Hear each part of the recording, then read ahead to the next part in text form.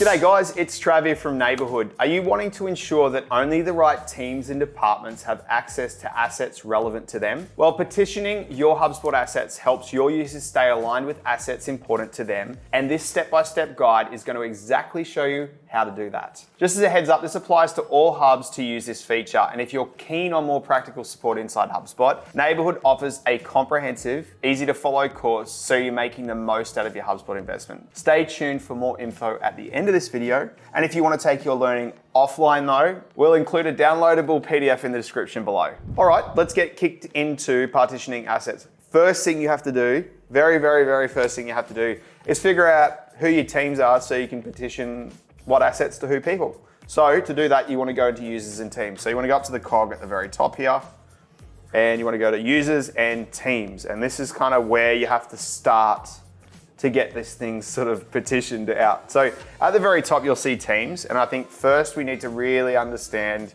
or folderize, if you will, who is going to want to see what where. So in this down the bottom here, we've just done some examples. We've got the sales team, the service team, the marketing team, and external contractors.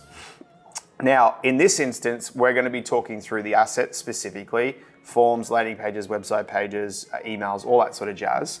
And then what we're going to do is we're going to be assigning the teams to those specific assets so that they can only see them and only edit them and all that sort of stuff.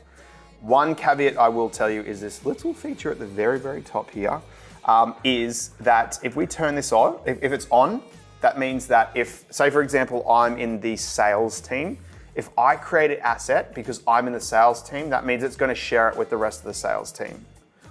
If it's turned off like this, that means that it's going to be shareable to everyone by default. So just keep this in mind. So for example, if you're a part of the marketing team and you're creating a marketing asset, that means that, and if you're assigning that asset specifically to the marketing team, that means that that marketing team will only be able to be seeing that for any future content creations that you create from that.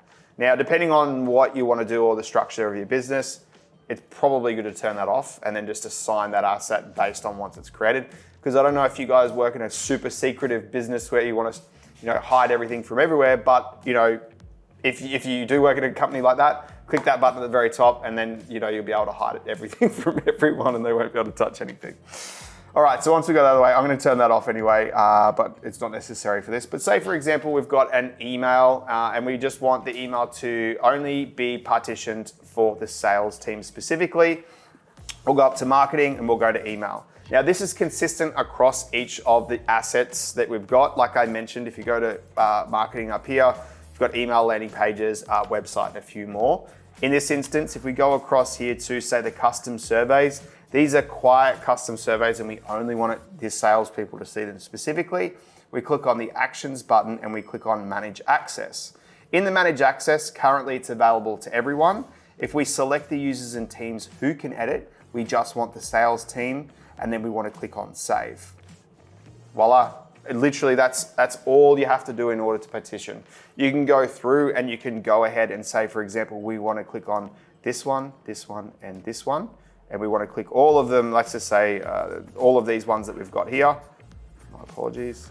We can actually manage access to each of those with the multi-select one as well. So you want to go down there, click on sales team, and click on save. The same process is applicable to each of the assets that you've got there as well.